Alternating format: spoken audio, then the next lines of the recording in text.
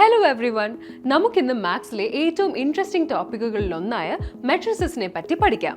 A matrix is simply a rectangular arrangement of numbers, symbols or expressions placed in rows and columns. ഉദാഹരണത്തിന് 1 2 3 4 5 6 എന്ന matrix എടുക്കാം.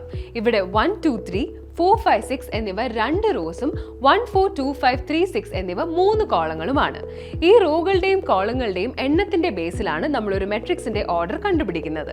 ഒരു മെട്രിക്സിന് m number of റോസും n number of കോളംസും ഉണ്ടെങ്കിൽ order of that matrix will be m/n. ഇവിടെ ഉപയോഗിച്ചിരിക്കുന്ന cross സിംബലിനെ into എന്നല്ല by എന്നാണ് വായിക്കേണ്ടത്. മുകളിലെ എക്സാമ്പിളിൽ അപ്പോൾ ഓർഡർ എന്തായിരിക്കും?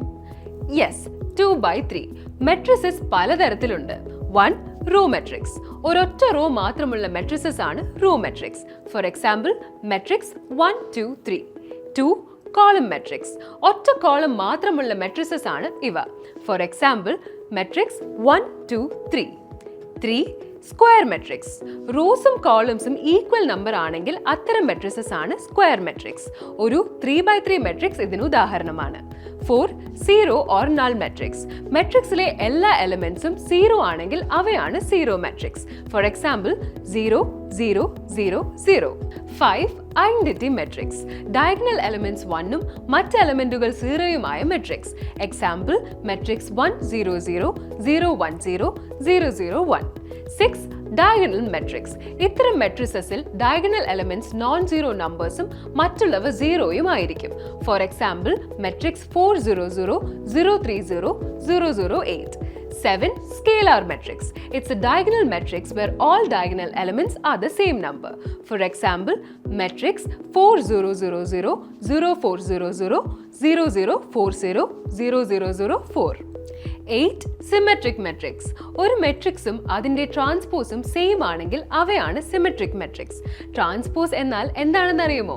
റോയും കോളവും ഇന്റർചേഞ്ച് ചെയ്ത് കിട്ടുന്ന മെട്രിക്സുകളെയാണ് ട്രാൻസ്പോസ് എന്ന് വിളിക്കുന്നത്. ഉദാഹരണത്തിന് A is equal to matrix 1 3 4 3 3 9 4 9 2 എന്നാണെങ്കിൽ A transpose is equal to matrix 1 3 4 3 3 9 4 9 2.